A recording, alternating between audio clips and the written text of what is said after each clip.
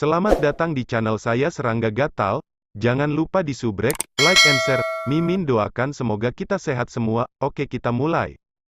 Di kota Guangling, Huang Qianjun adalah penjahat terkemuka. Temperamennya keras, sombong dan mendominasi, dan hal-hal buruk yang telah dia lakukan tidak diketahui.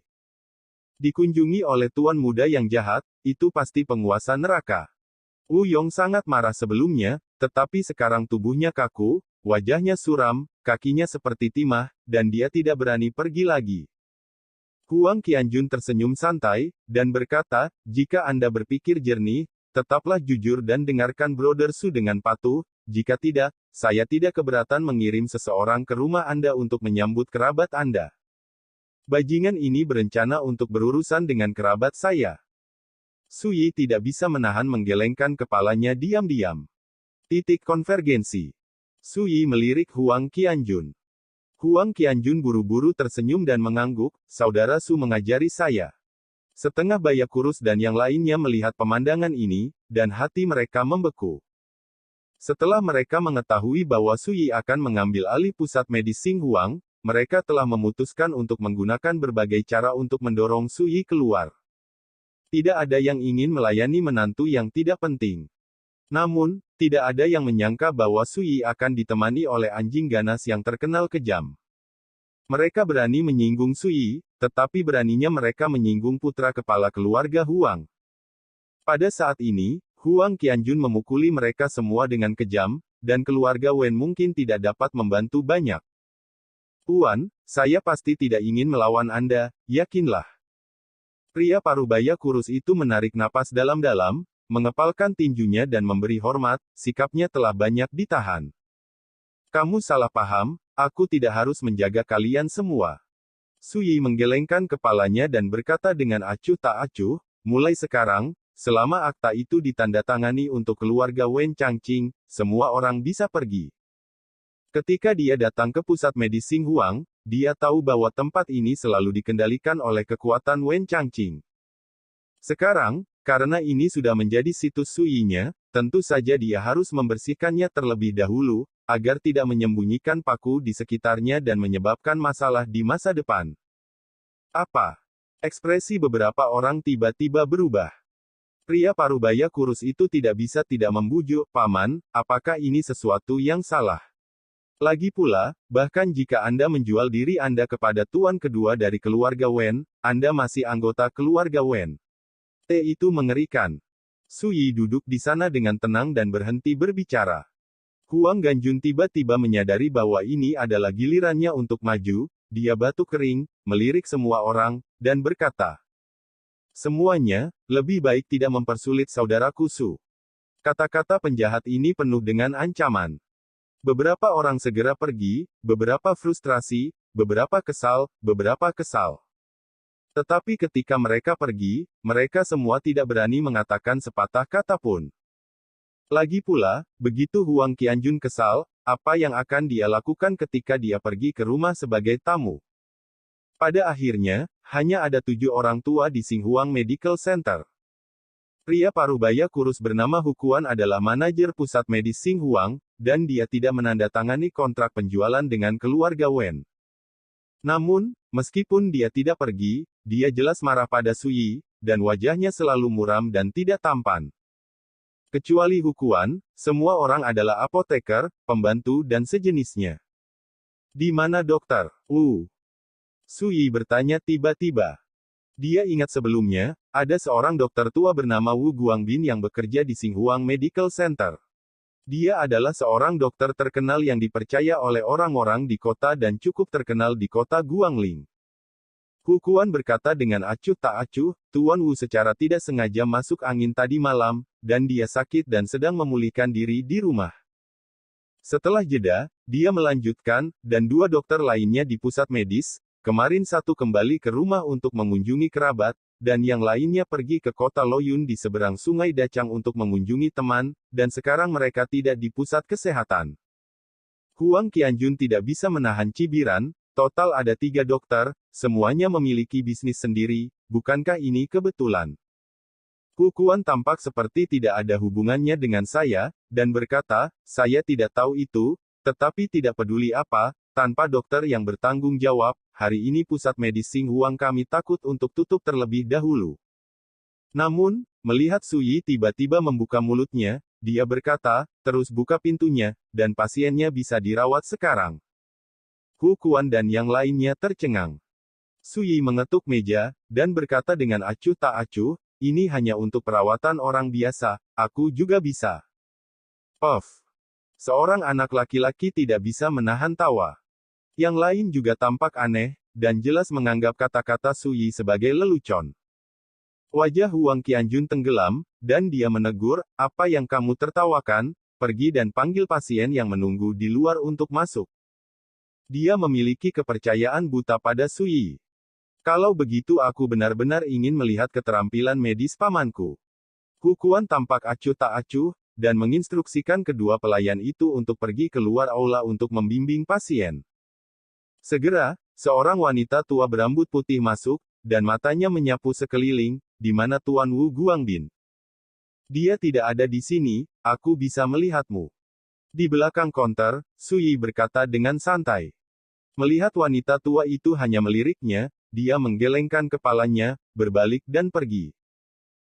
Hu Quan dan yang lainnya melihat ini, ekspresi mereka menjadi semakin aneh, dan mereka berencana untuk menonton acara yang meriah. Su Yihun tidak peduli dan berkata, selanjutnya. Seorang pria kekar seperti menara besi berjalan masuk dan mengetahui bahwa Dr. Wu Guangbin tidak ada di sana, dia menggelengkan kepalanya dengan kecewa, dan memarahi, mengapa kamu tidak mengatakannya lebih awal, aku membuang-buang waktuku. Balikkan kepalamu. Tuan, lihat. Lanjut. Su Yi berkata dengan acuh tak acuh, ekspresinya tidak pernah berubah. Kakak Su, aku akan menelepon seseorang. Huang Qianjun sangat berbakat dengan kaki anjing. Melihat situasi ini, dia berbalik dan bergegas keluar dari Xinhuang Medical Center. Jumlah orang yang mengantri untuk menemui dokter sebenarnya kurang dari setengah dari sebelumnya. Ayolah, dokter, Wu tidak ada di sini. Pusat medis Xinhuang tidak tahu harus berpikir apa, gila membiarkan menantu keluarga Wen duduk di klinik. Kerumunan sedang berbicara, dan orang-orang pergi satu demi satu. Ini tidak baik. Bagaimana Suge bisa duduk di bangku pada hari pertamanya sebagai pejabat baru? Jika ini masalahnya, bukankah bawahanku tampak terlalu tidak kompeten? Huang Qianjun menunjukkan ekspresi kejam, berjalan menuruni tangga batu gerbang, melirik pasien yang belum pergi, dan berkata dengan dingin. Tunggu saja dalam antrean untukku. Siapapun yang berani pergi tanpa izin, jangan salahkan aku karena tidak sopan. Pasien-pasien itu hampir orang biasa, dan mereka langsung ditakuti oleh Huang Qianjun, yang tidak berani bergerak. Kalau begitu, pergilah ke dokter. Huang Qianjun mengulurkan tangannya ke seorang lelaki tua kurus dengan wajah kuning. Saya. Orang tua itu sedikit bingung dan mengeluh dalam hatinya. Orang tua, bisa dirawat oleh saudaraku Su adalah hal yang baik bahwa kamu telah menemukan asap hijau di kuburan leluhurmu, tidakkah kamu tahu apa yang baik atau buruk? Huang Qianjun berkata dengan keras. Orang tua itu pahit dan berjalan ke pusat medis Xinhuang dengan putus asa. Hu Quan dan yang lainnya sudah melihat pemandangan ini di mata mereka, dan mau tidak mau menggelengkan kepala mereka secara diam-diam. Orang ini hanya membuat masalah dari ketiadaan, bagaimana mungkin ada alasan untuk memaksa orang ke dokter? Ketika saya datang ke rumah sakit, lelaki tua itu berkata dengan wajah pahit, Dokter Su, saya baik-baik saja di mana saja, saya tidak perlu ke dokter sama sekali. Apakah menurut Anda, bisakah Anda membiarkan saya pergi dulu? Su Yi menggelengkan kepalanya dan berkata, kamu sakit. Saya tidak sakit. Pria tua itu membalas dengan leher tegak. Tidak, kamu sakit. Saya tidak sakit. Orang tua itu hampir menangis. Hu Quan dan yang lainnya hampir tertawa, betapa konyolnya adegan ini.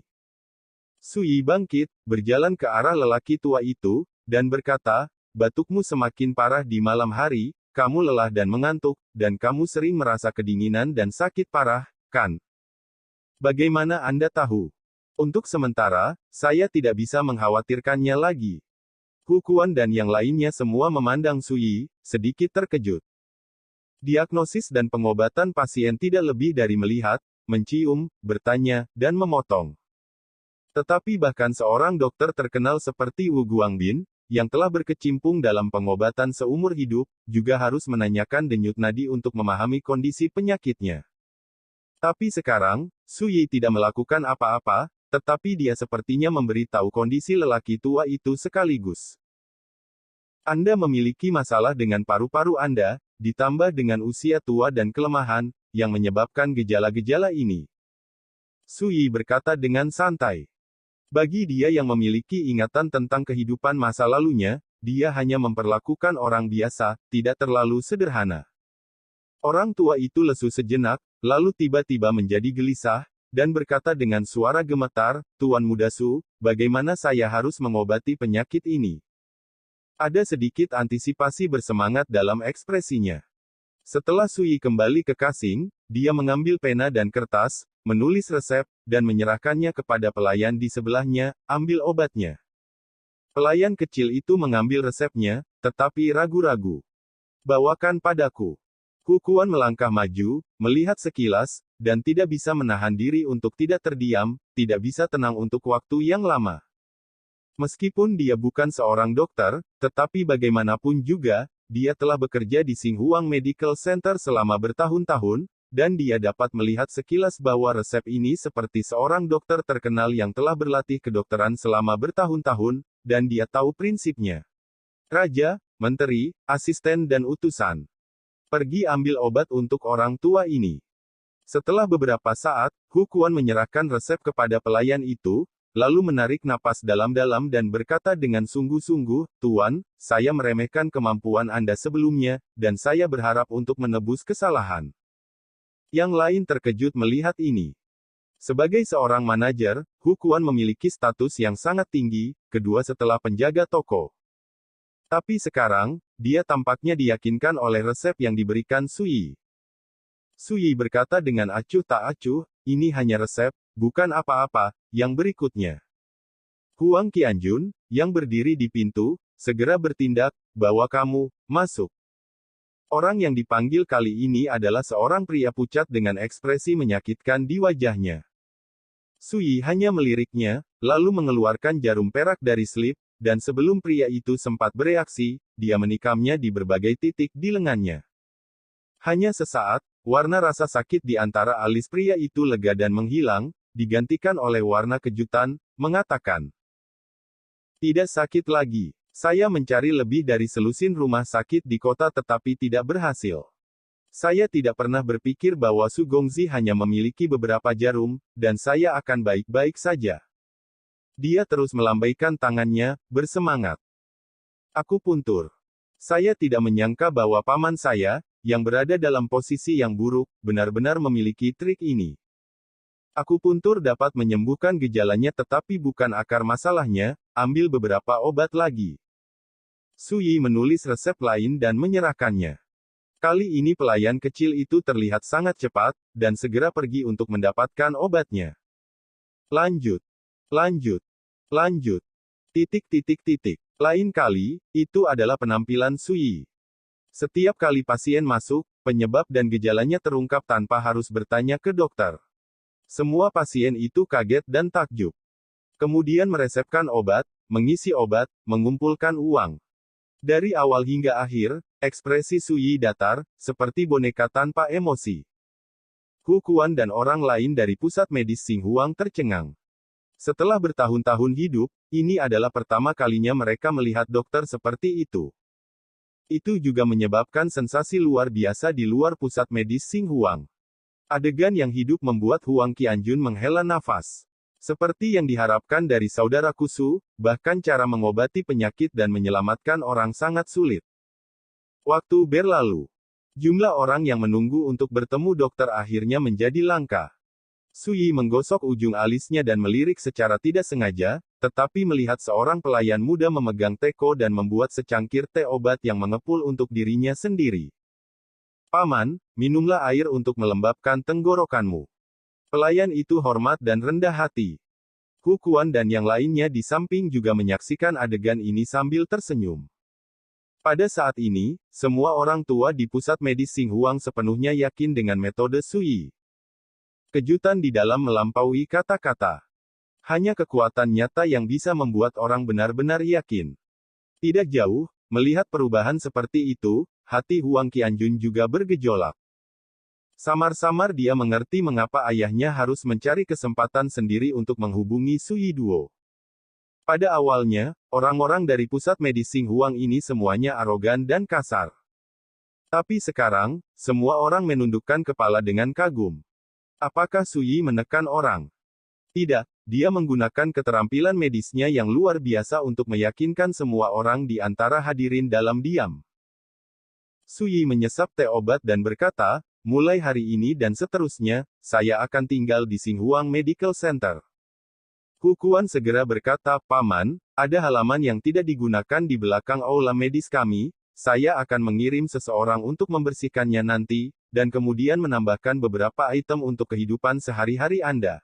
Apakah Anda masih membutuhkan pelayan yang mengkanji cucian, pelayan yang membawa teh dan air, dan juru masak yang memasak? Suyi menggelengkan kepalanya dan berkata, tidak perlu, cukup bersihkan halaman dan rumah. Hukuan mengangguk dan mengingatnya. Dia awalnya adalah manajer pusat medis Xinhuang dan menangani semua jenis pekerjaan sepele. Sekarang dia diyakinkan oleh Suyi, dia bersedia melayani penjaga toko baru Suyi. Di masa depan, semua yang ada di pusat medis Xinhuang ini akan ditangani oleh Anda. Setiap orang akan melakukan urusan mereka sendiri, dan saya hanya akan bertanggung jawab atas uang dan rekening. Suyi menginstruksikan bahwa dia tidak berencana untuk menghabiskan seluruh waktu dan energinya di rumah sakit. Setelah memikirkannya, Suyi menambahkan, tentu saja, jika Anda menemukan penyakit yang tidak dapat disembuhkan, Anda juga dapat datang kepada saya. Bisa. Berbicara tentang ini, seorang pria kekar seperti menara besi berjalan ke aula medis. Hukuan dan yang lainnya segera menyadari bahwa pria besar ini awalnya ada di sini, tetapi ketika mereka mengetahui bahwa Dr. Wu Guangbin tidak ada di sana, mereka memarahi dan memalingkan muka. Dan sekarang, dia telah pergi dan kembali. Itu, Tuan Su, saya terlalu kasar sebelumnya, tolong maafkan saya. Pria besar itu sedikit malu dan mengepalkan tinjunya untuk meminta maaf kepada Suyi. Kamu belum menikah. Mata Suyi sedikit aneh. Pria besar itu mengangguk cepat, tepat. Suyi mengambil pena dan kertas dan menulis dua kata dan menyerahkannya kepada pria besar itu, kamu tidak sakit, ikuti saja dua kata ini, dan dalam 3 bulan, kamu akan pulih sepenuhnya. Pria besar itu mengambil kertas itu dan melihatnya, dan tidak bisa tidak bertanya-tanya, Ji. Apa kata kedua?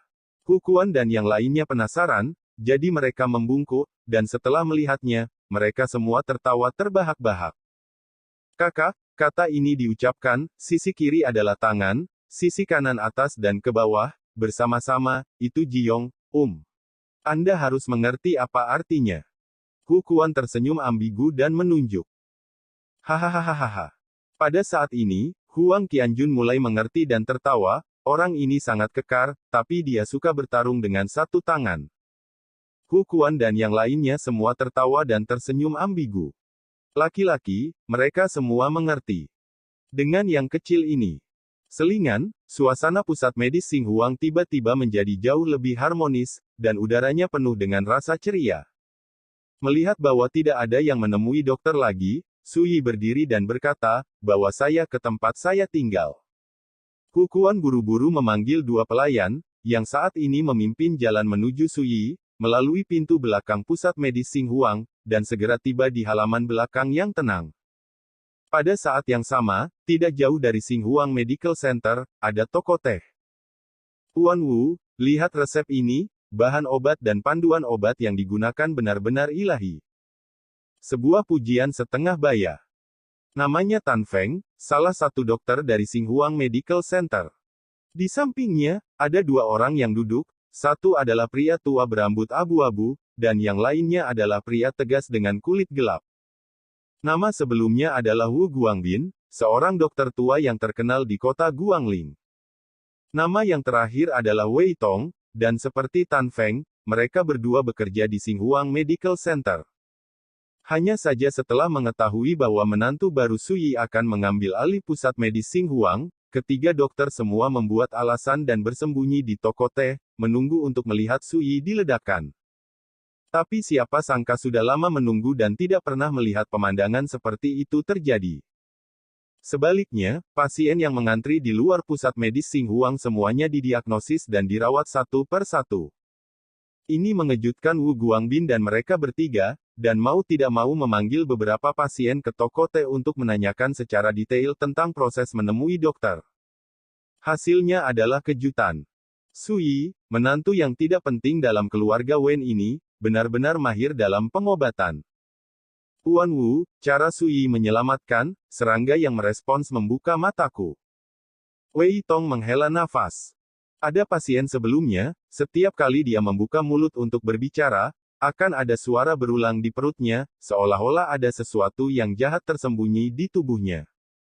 Namun, Suyi mengatakan bahwa pasien memakan serangga yang merespons secara tidak sengaja, dan mengambil farmakope dan meminta pasien untuk membaca nama herbal di farmakope satu per satu. Setiap kali pasien menyebut nama jamu, akan ada suara di perut yang diulang satu kali. Suara di perutnya berhenti ketika dia membaca kata, rumput pil guntur. Suyi segera menginstruksikan pelayan untuk mengambil rumput leyuan dan membiarkan pasien menelannya.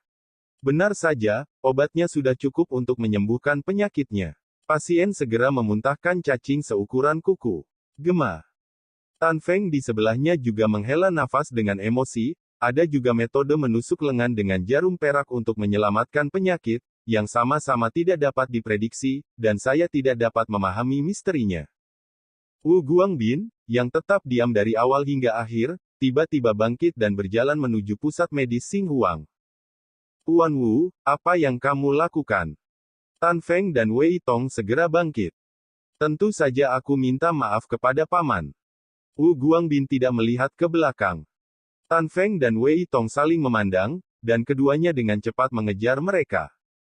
Sebuah halaman di belakang Xinhuang Medical Center.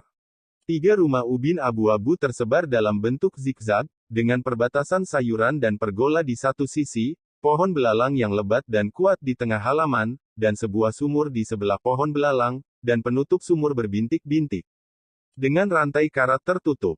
Karena lama tidak berpenghuni, debu, rumput liar, dan sarang laba-laba bertebaran di mana-mana di halaman.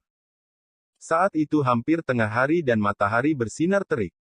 Kukuan mengarahkan 2 pelayan untuk membersihkan halaman dan menambahkan item.